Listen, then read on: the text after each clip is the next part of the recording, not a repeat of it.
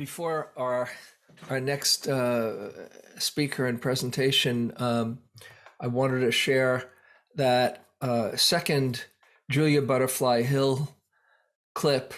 The first one, she talked about choosing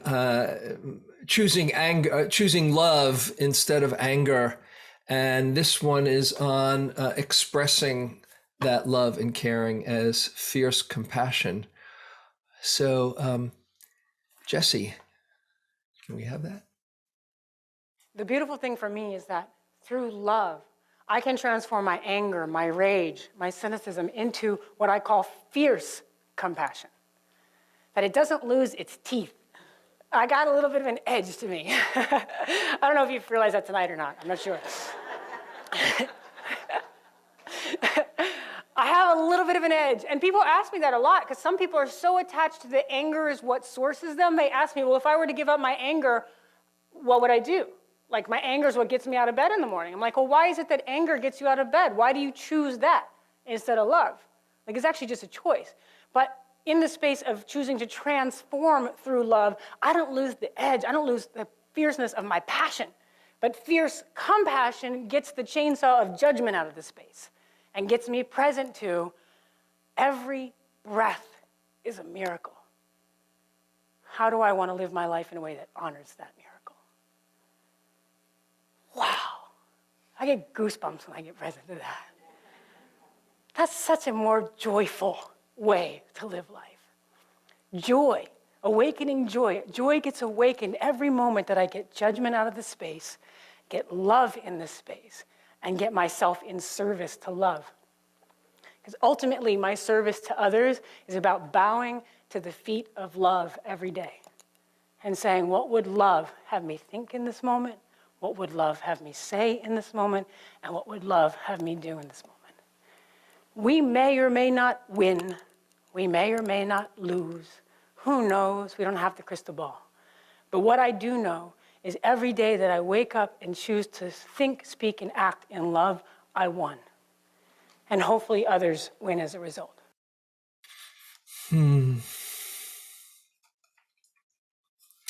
Yeah, it gets me every time. Thank you, Julia. Okay, and now for our last piece before we close at 4. I want to spend some time with someone who's become a good friend and a real inspiration, and that is Kristin Barker, who is the director, co-founder, and director of One Earth Sangha, a virtual eco center that I've been very much involved in. I'm proud to be, happy to be on the guiding teachers, along with Mark Coleman and Catherine McGee and Susie Harrington and some of our most concerned and committed environmental Dharma teachers. And we put on amazing programs. And if you're saying, what can I do?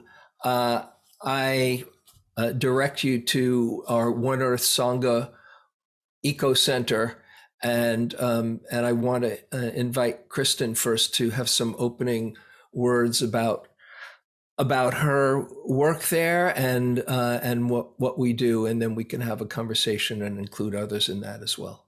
So, Kristin, hi. Hi, James. Hello, community. Y'all are still here. I'm so impressed. It's like you could have popped off any day. We're not like in a Dharma center where you like make a lot of noise getting up and gathering your stuff. You could have popped off and you're still here. So I'm so glad. And it's a true testament to the depth of our sense of both the caring that's here and the intuitive sense that the Dharma has something to offer. And so, yeah, I'm going to be speaking a little bit to that. And what an embarrassment of riches. Kyra Jewell is one of our guiding teachers as well. And to have her on part of this to hear Renee Lertzman this morning, who I'm going to be referring to a little bit, to hear Juliana just now going through that. Well, it's like, wow, we have to get that on our action page, Juliana. Like, I want to chat with you and figure out how we can best present that, given that it's also new. So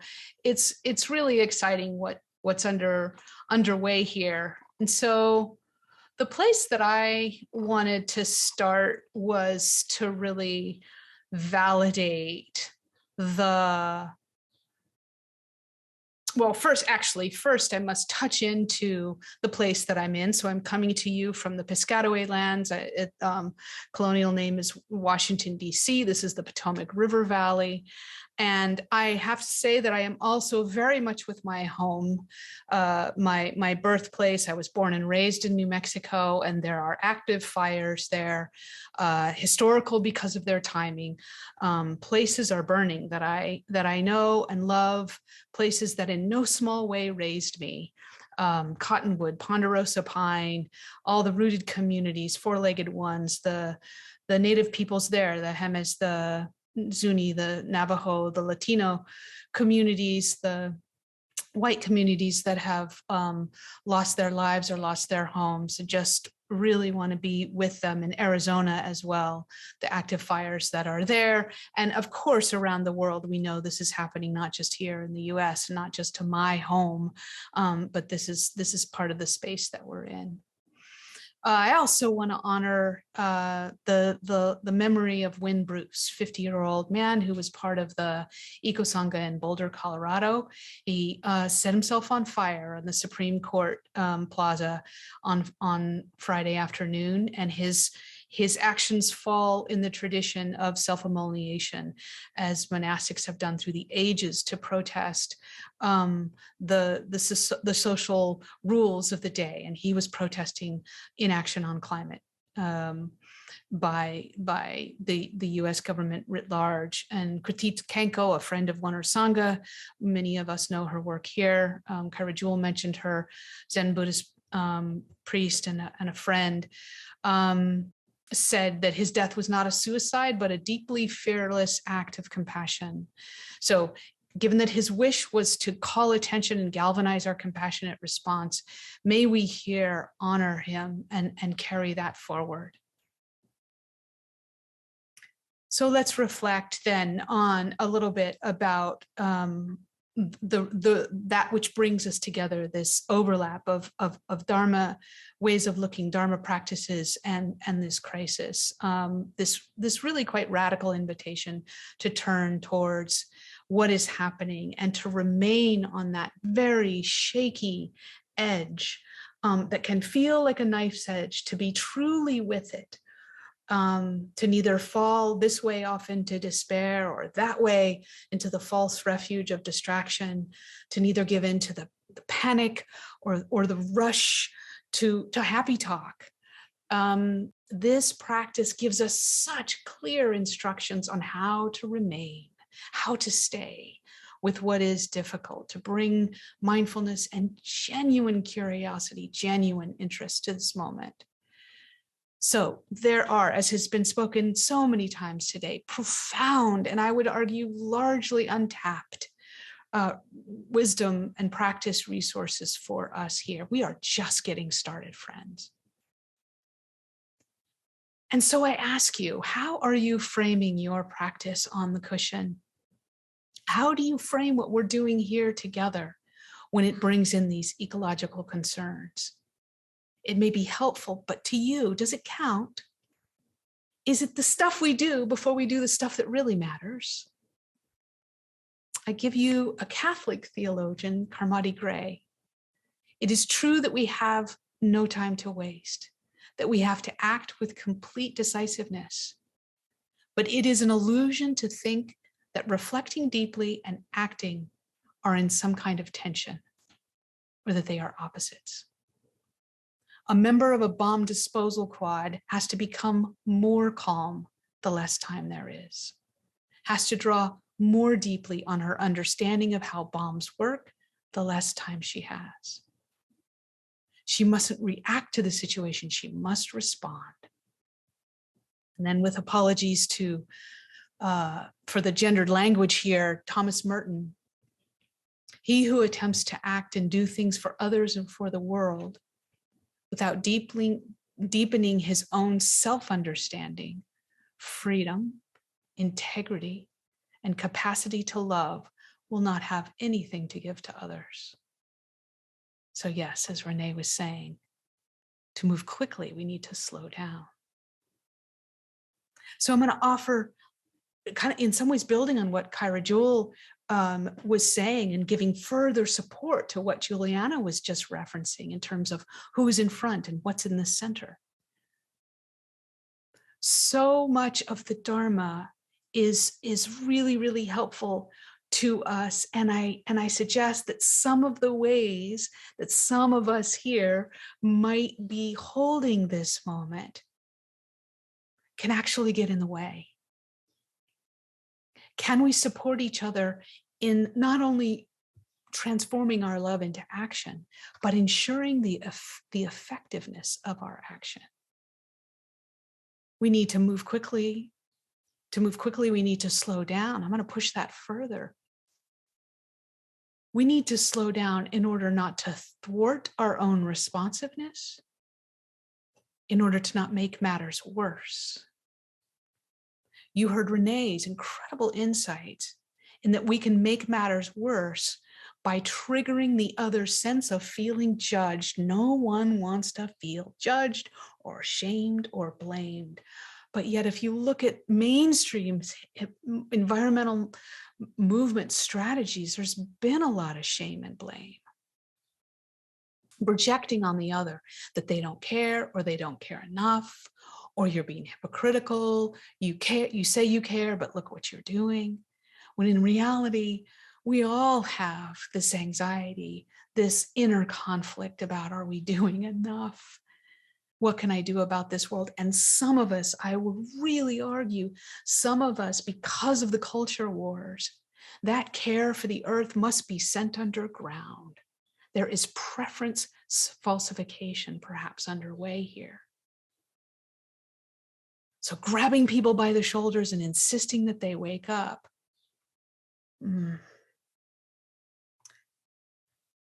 So what we're invited to do here, and you can hear the Dharma in this, just as when we come into relationship with our own difficulty, we're invited to listen deeply with non-judgmental awareness. In encountering the other, listen deeply with non-judgmental awareness. It can be uncomfortable and unfamiliar, and we are not nearly as collectively practiced at this as we can be. So there's a call to some humility here.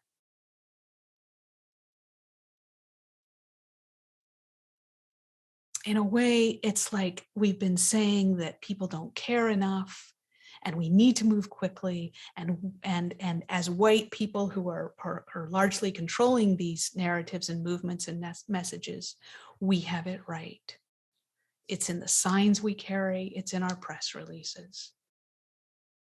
So what's the balance and refinement?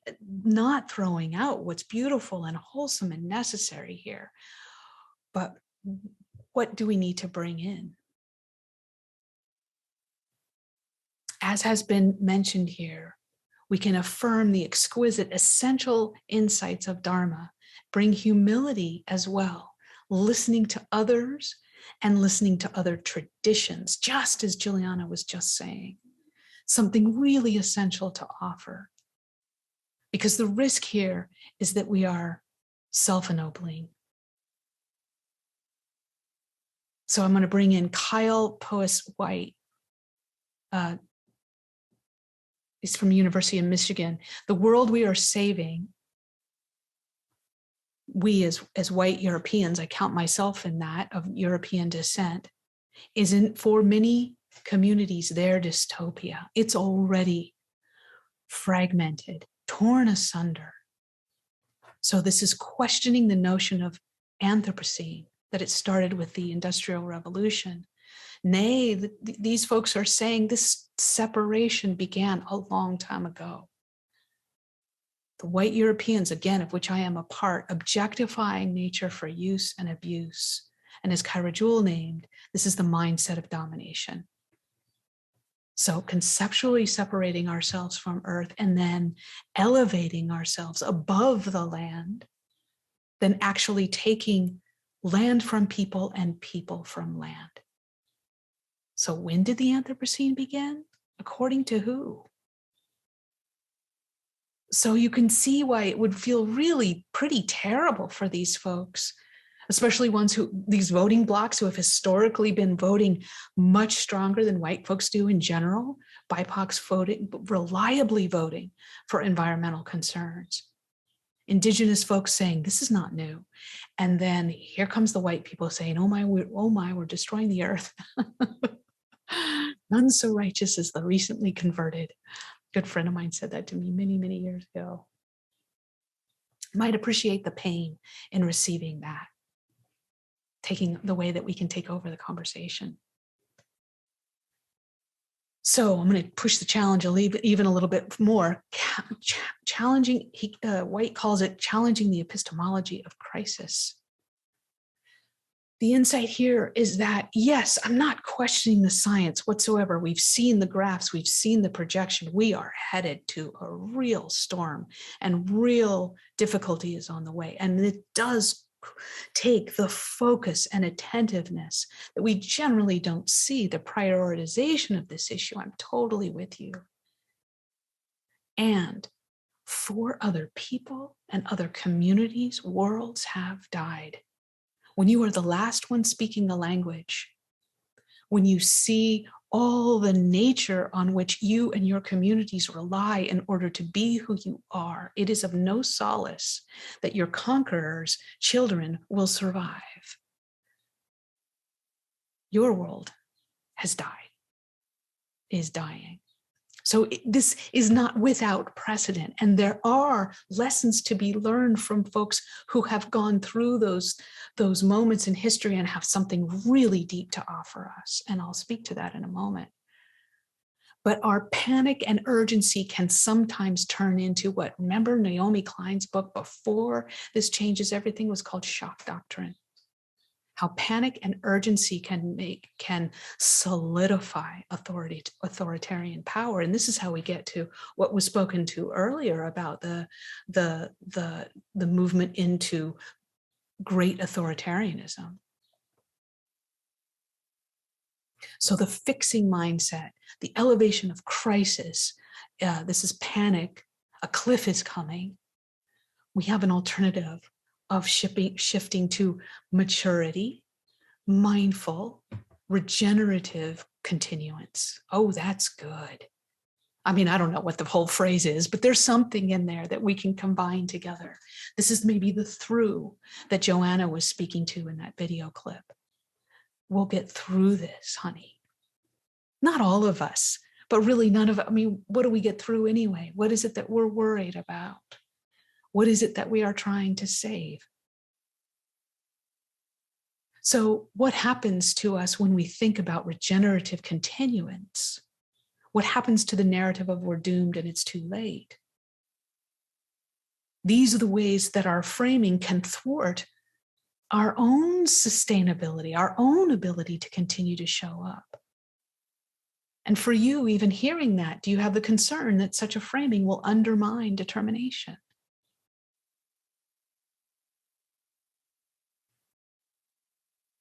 The movement of movements that is required in the great transition is one that reforms our relationship not only with Earth, but with one another, including with those with whom we feel so different, so separated, even alienated. So we face a time, again, of incredible loss, change, and wild uncertainty. It's not going to look just one way. It's probably going to be like in some places, it'll be one of those paths that we saw this morning. In other places, it'll be other. It's going to be messy. It'll look regenerative and great transition in some places and authoritarian in some and collapse in others. And so it will be wildly uncertain for sure. Well, will it be well? I don't know. Maybe it won't be uncertain. I'm uncertain about just how uncertain it will be. But we can remain right here, right now, you and I. We can commit to something deep. And that's what we've been being called into again and again today, to be committed and humble, and with each other coordinate this continuance. There is a contraction of life, and we can ask and answer together, coordinated, centering all kinds of voices that may be unfamiliar. How wide this will be and what gets through. Can we see not enemies in the other, but causes and conditions, baby? Causes and conditions accrued over eons, so that we can listen to one another as we affirm our commitment to the earth and our willingness here to learn and collaborate for that continuation. And I just want to point to one more aspect that I think is really important. We talk about the necessity of maybe wholesome, ongoing, and diverse. That wholesome, centered on well-being, taking care of this that's right here. As Julia Butterfly Hill was saying, let love and connection fuel my engagement, not fear and anger. Be with the fear and anger, but let it metabolize and transform into its underlying love. Ongoing, from the attached transactions of transactional nature of I want to know I'm making a difference, to actually letting this whole thing transform us. Letting ourselves be that responsive where we're not trying to get back to normal. Normal's gone. It should be gone.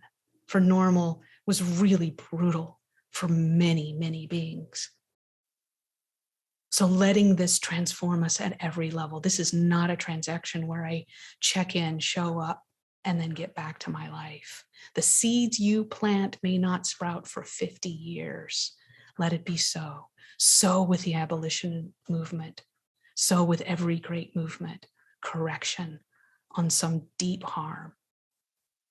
And then diverse in both communities and strategies. Now, again, that's been spoken to many times, but can't be said enough. Nature may abhor a vacuum, but she loves diversity. Complex, rich, healthy ecosystems are diverse. So there is a necessity of us centering BIPOC voices in both our conversations and our designs together, but also in form. And Juliana said it really well. We listen to what speaks to us, and we don't just say activism, being engaged looks just one way, showing up in a certain march or, in a certain nonviolent direct action. That's great. That's necessary. That ain't the whole field. The field is huge. So movement ecology is part of this space, all that it takes to bring all the elements that can happen in restoration, political change, insiders, outsiders, evolution, revolution. Part of the panic and crisis mindset is a certain demand for compliance. Do it our way and do it now. There's an implicit kind of zero-sum game in that we need to resist.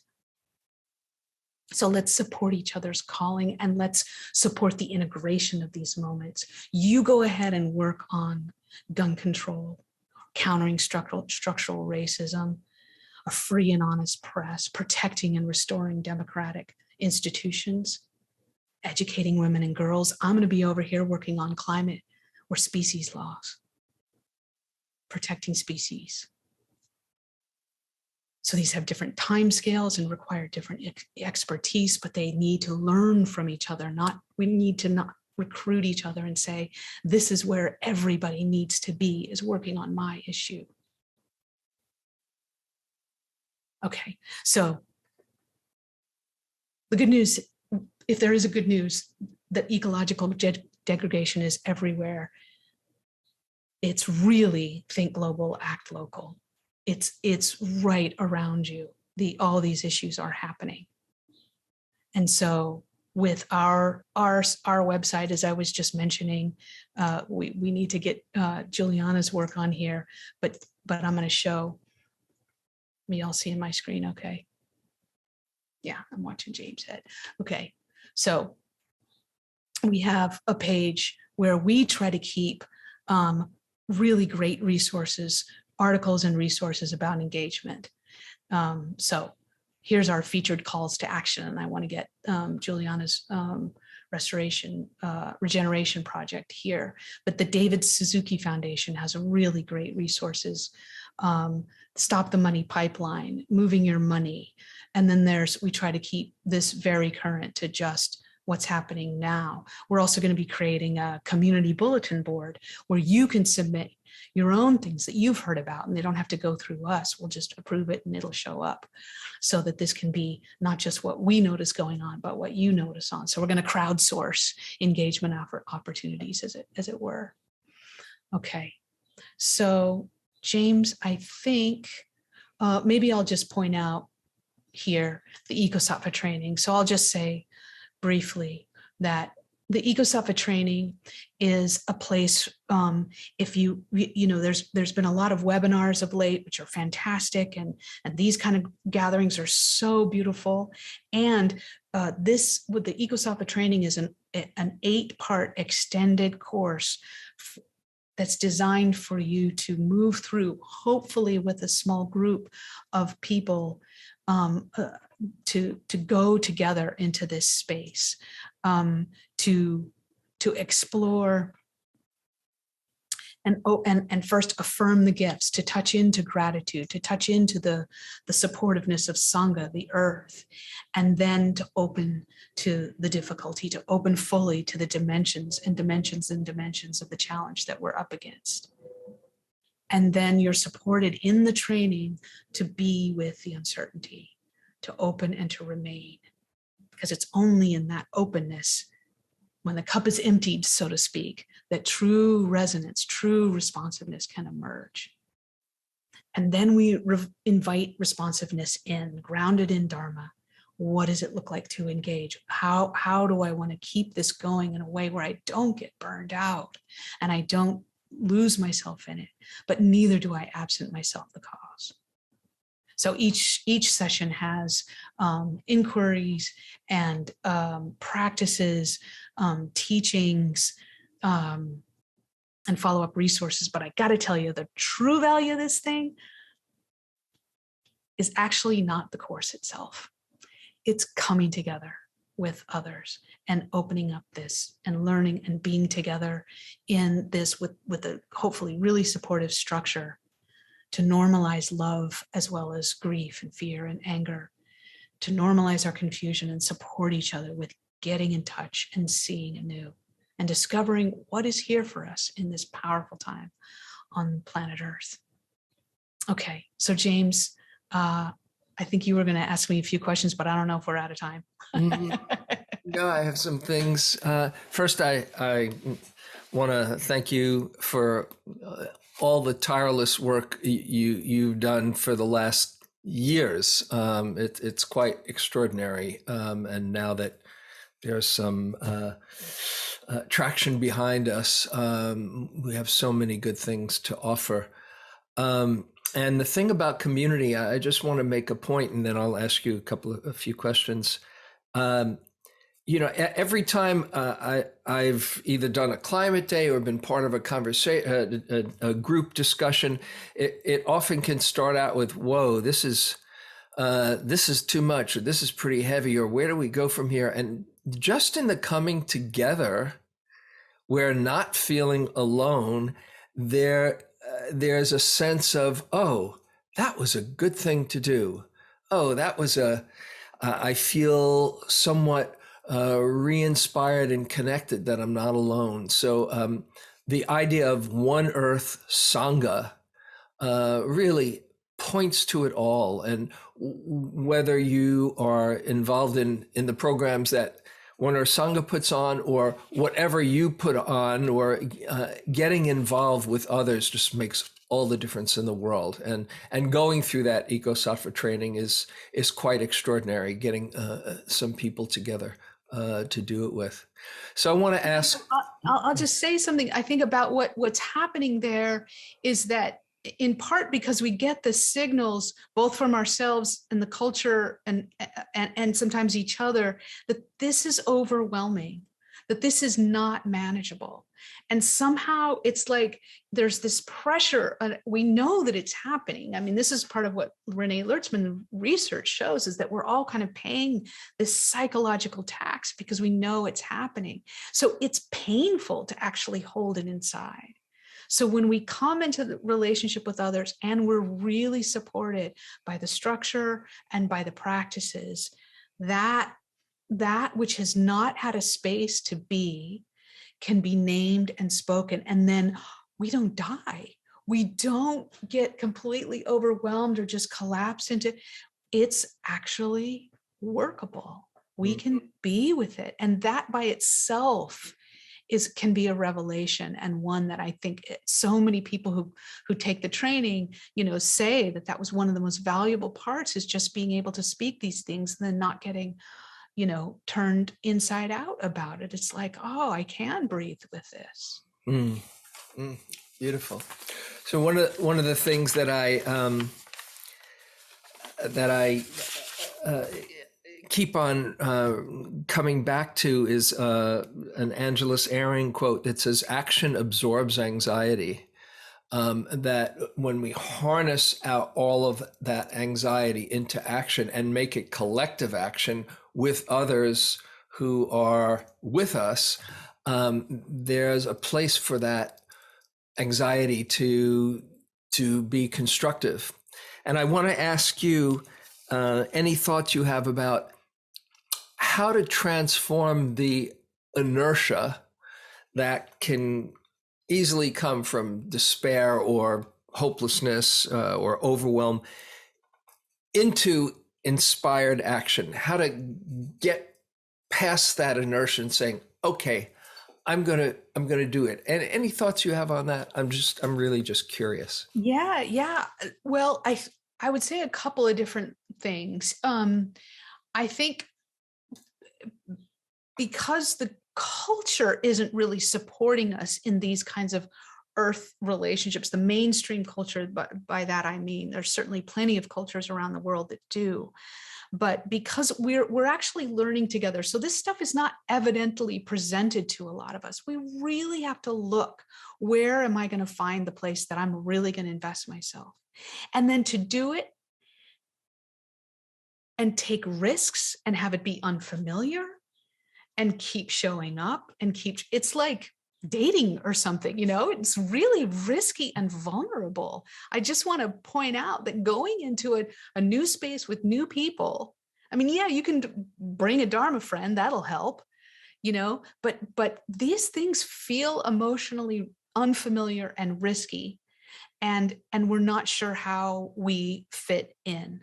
And that is something to just really take care of in the practice, I think. And then I think even after these spaces of engagement have their ups and downs, and they can be heartbreaking and beautiful, and how do we keep showing up? How do we continue to do this? We hear about burnout a lot. And that's where the coming back to the core, it's not a one and done. I am always working with grief and fear and anger. Yeah, I was sitting with anger last week about, it was the announcement that public lands here in the US were going to be opened up to drilling in support of lower gas prices. And I had to sit with some anger in that. It's like, I'm feeling anger. And it's almost like that, that Jogten saying, trust your experience, but keep refining your view. So it's like, anger is here. Let me just see what's here and open it up and see all of the expressions and the pieces of it. And then catch the narrative, like of us and them and all that kind of stuff. If you understood those guttural noises I just made, and see. And then I got to that like really intense energy of anger, not buying the thoughts that I shouldn't be feeling this. That was one that wanted to undermine it. And also not leaning into the us and them, but bowing before anger. I felt that sense of the deep, deep teaching and the particular expression of love that is anger. And it felt like really beautiful. It was love, but it had that, like, Julia Butterfly Hill referencing Trungpa Rinpoche and the Tibetan tradition of this fierce compassion. It had that fierce energy to it. So it's not one and done. And I think action helps with anxiety, but it doesn't obfuscate the need for practice. That's for sure. So these are the ways that I continue to challenge myself to show up in places that are unfamiliar and support myself in those places, and also work with the ways in which these efforts can sometimes be disappointing or even heartbreaking. Mm-hmm. And thank you. And how about this, just as a follow-up, what have you found, if you've found any kind of secret for yourself to overcome feelings of hopelessness or it's too late kind of thinking?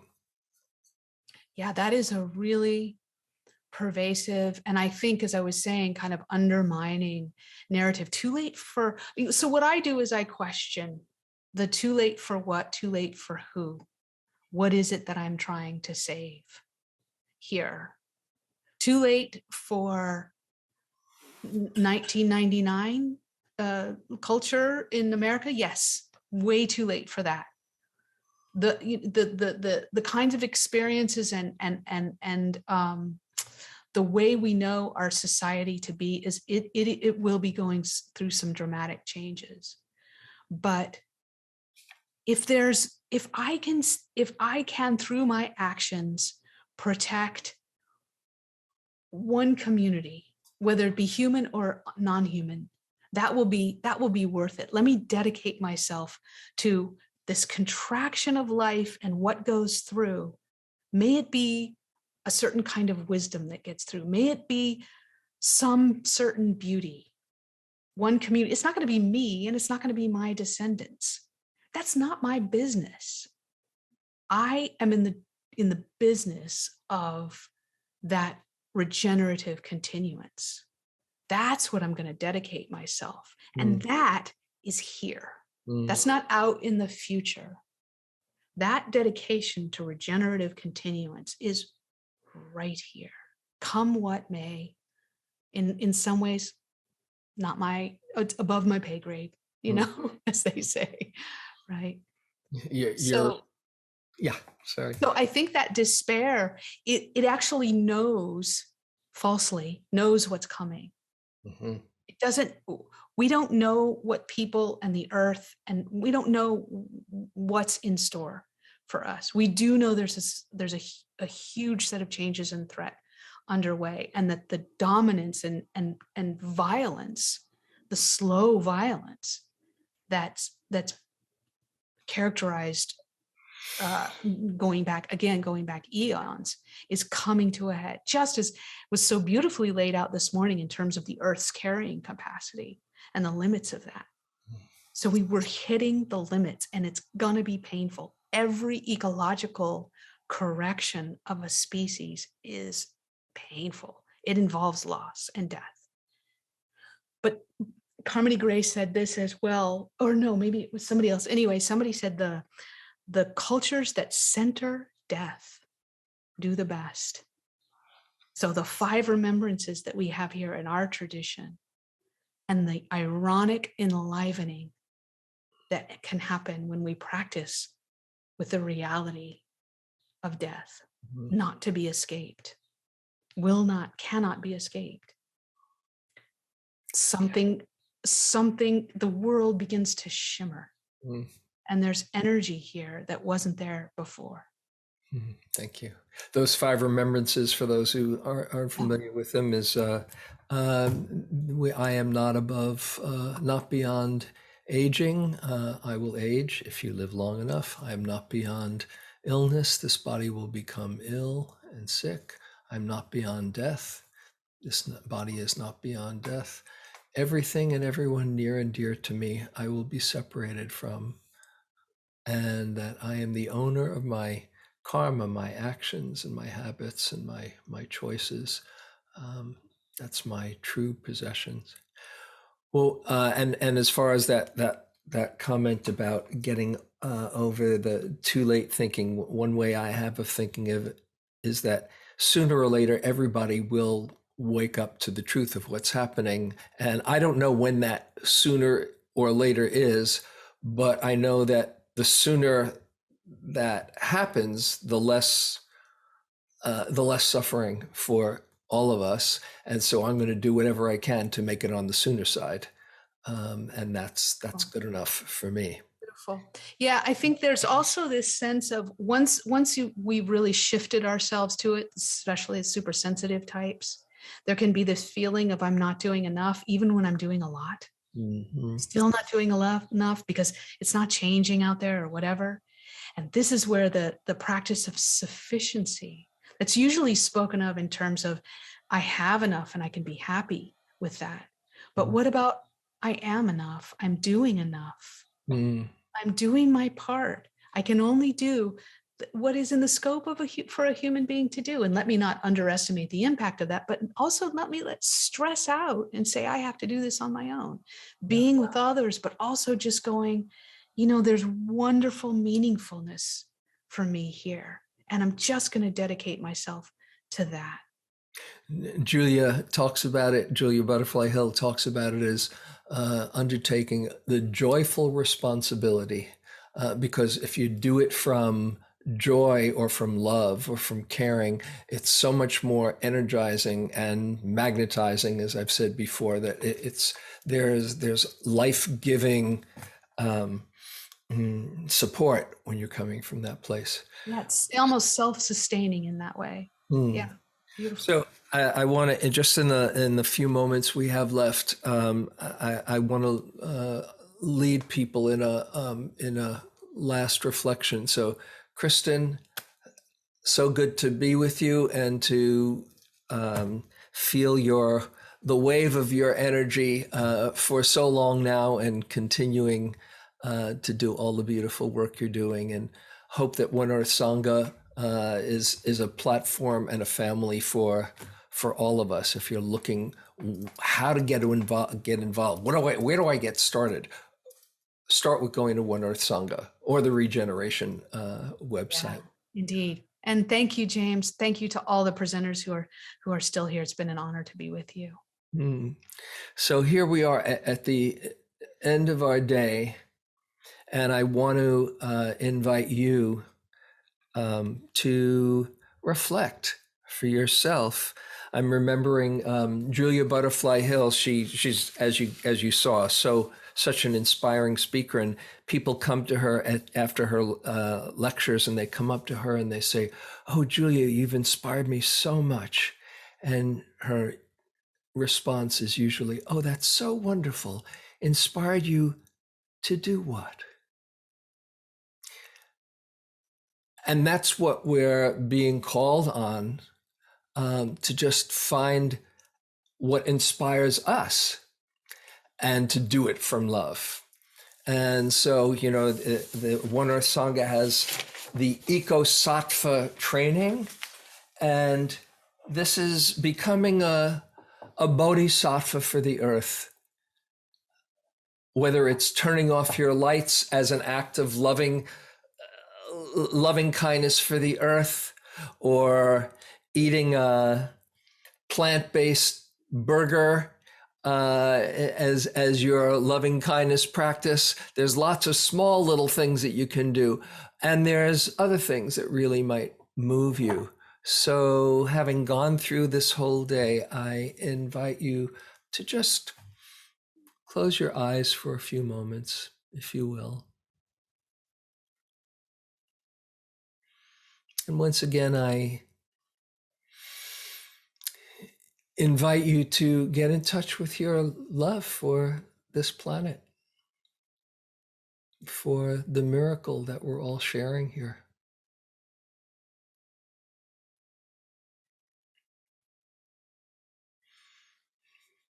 the miracle that is expressed through you, life expressing itself through you.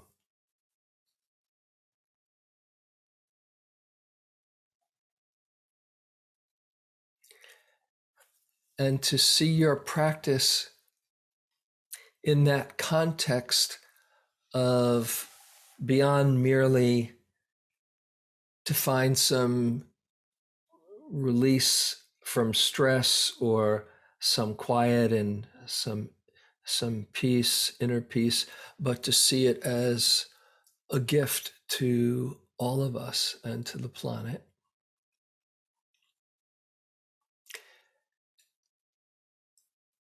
And perhaps come up with your own little bodhisattva, eco-sattva practice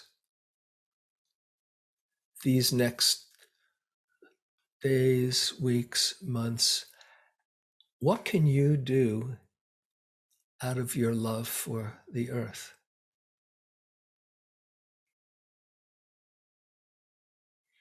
And without trying to come up with answers in your mind, just let your heart give rise to images or visions.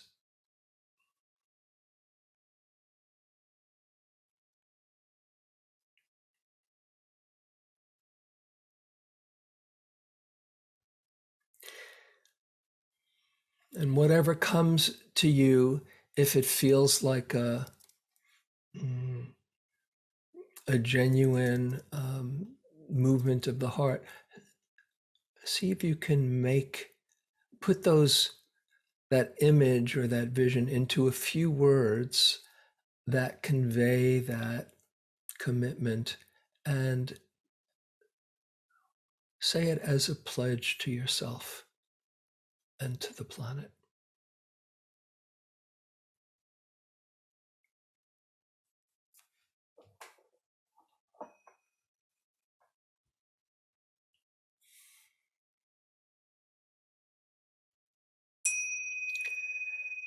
And now I'd like to, if you feel like it, like to have us open up the chat box is open. And here's a time to just be witnessed our shared commitment. Don't worry, we're not going to check in on you and follow up and see how you're doing. But here it is for all of us to witness our caring together. And so if some words came to you, there's no wrong. Just if you would put in the chat box a few words that express your eco-sattva pledge.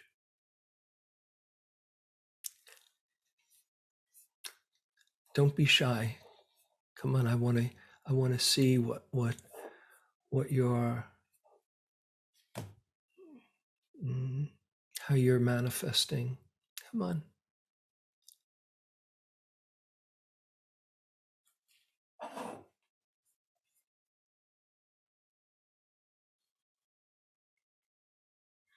What can you do?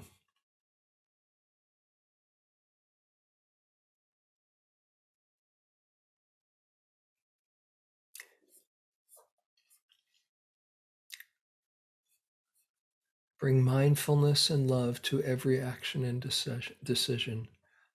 Growing organic food and medicine. Here's your chance to be witnessed. Plant more flowers for pollinating insects and birds.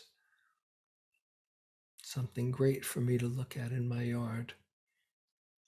Be okay to use less heating and cooling, collecting plastic off the beach every day. Research these awesome resources. Laugh and dance. Patience and perseverance into being wholesome as an act of love. Here we go. Practicing equanimity in the face of the hospicing of capitalism. Contacting politicians, getting involved in asthma study or my community. Delete spam emails. Just look at these. This is coming right from you, remembering there is just this moment. Walk to the grocery store. It doesn't take putting the whole world on your shoulders. It's doing whatever you do from caring and love. So I want to thank everyone for being here, hanging in the whole time, and those who are still to watch it, who weren't here, more than twice the people who showed up or have registered. And I hope when you watch these sharings that they inspire you. And thanks to our staff, Maria Christina and Juliana and Jesse and Deanna Sylvester, and on online programming, and everyone who's been part of this. And thanks to all the presenters. And let's just a final dedication of our practice, wrapping all of our goodwill and caring into one big, great ball of merit, as Joanna Macy says, and then sharing it with all beings and with the planet. And maybe put your hands on the edge of your cell and squeeze the person next to you. See if you can touch their hand right through the edge. We're all in this together, folks. And may we all inspire everyone in our lives and keep open the possibility of healing, and let the love shine through you for the benefit of all.